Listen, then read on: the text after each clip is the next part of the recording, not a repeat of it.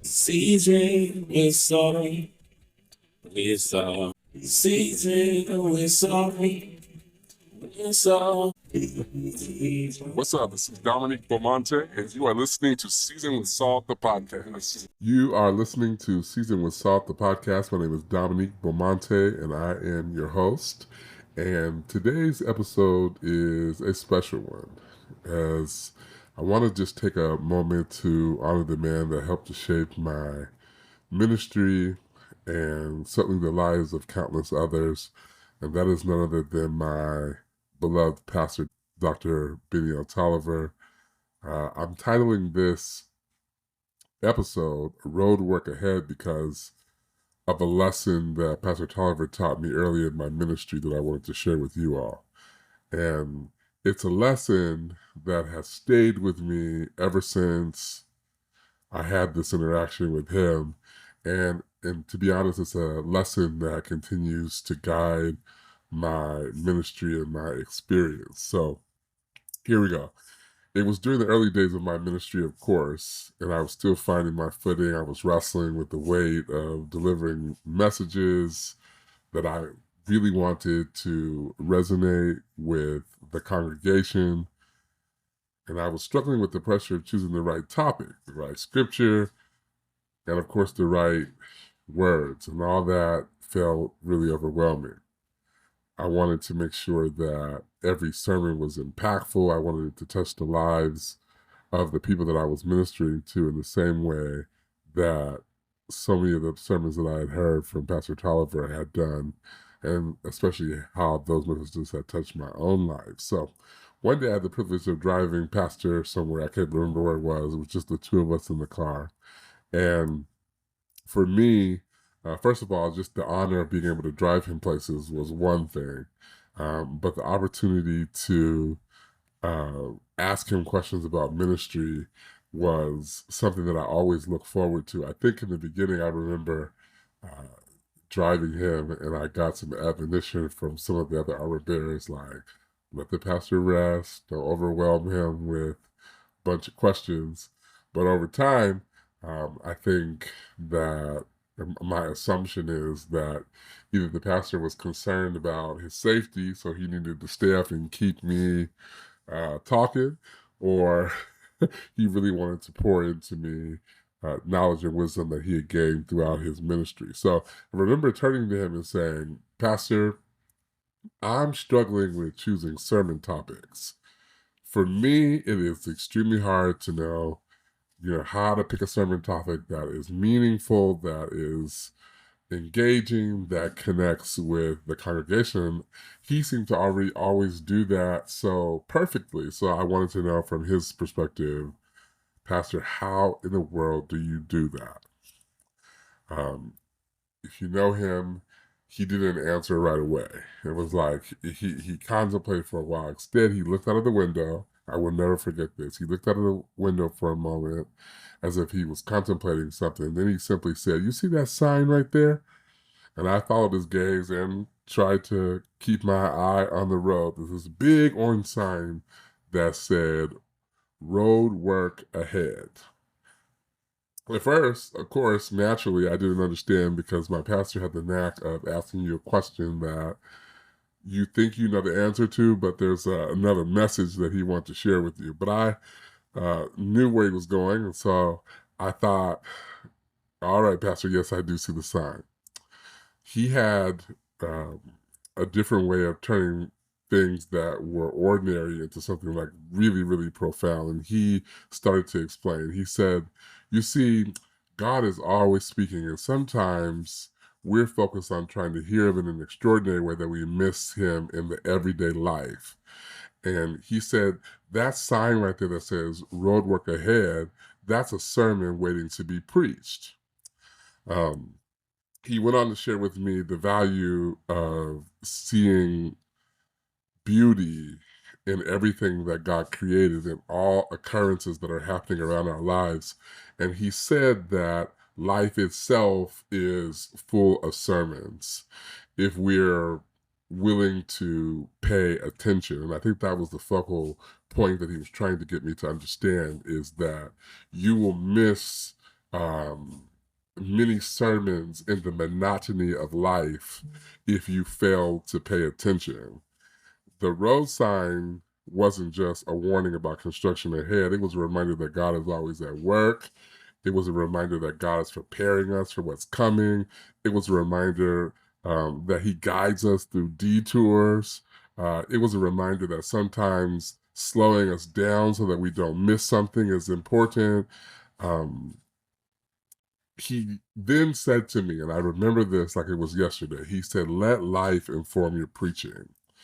And he said that the best sermons come from the experiences God gives us every day, whether it's our conversation, a walk down the street, a drive in a car, even just this simple road sign that God is showing us. God is always trying to teach us something. He's always trying to invade our thoughts so that He becomes central to our life. And He said these words. He said, "You use those lessons with other people." So that moment, as you can imagine, changed everything for me as a young preacher.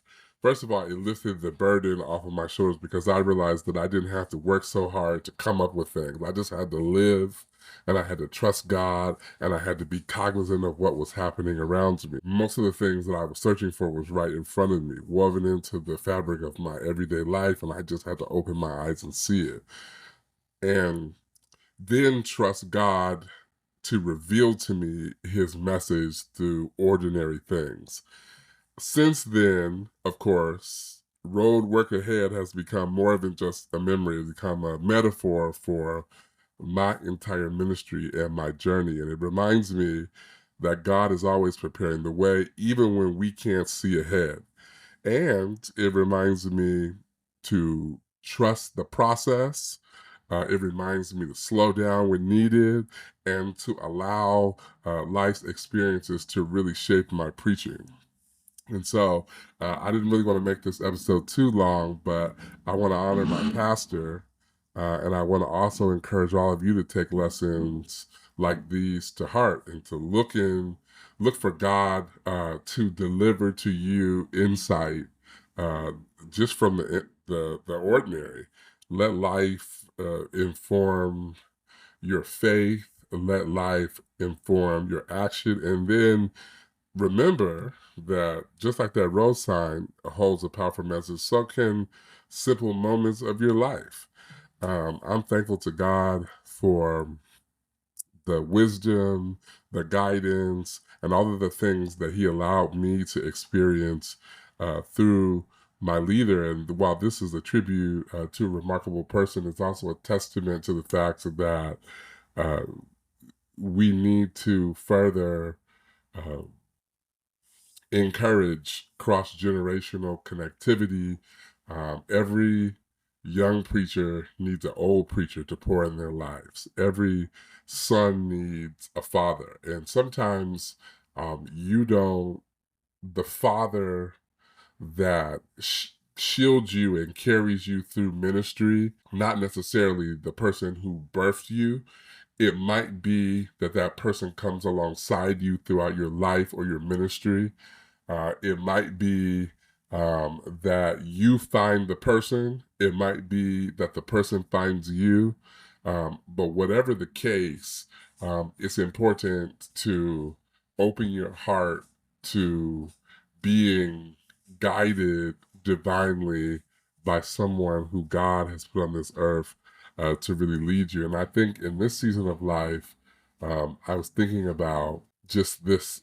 As soon as my pastor transitioned, this was the story that has just been um, really prevailing in my thoughts. Because one of the things that I realized, especially as a young preacher, is that it's hard to be fatherless. But I also thought about the natural transition of losing a father when I was a young boy and being the oldest child.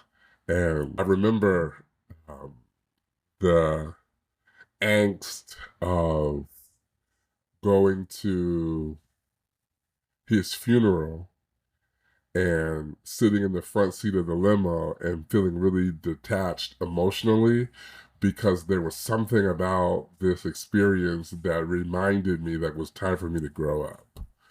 And it was time for me to not necessarily live in a fatherless mindset, but to realize that I had enough in me to continue on and develop as a man, even without his physical presence.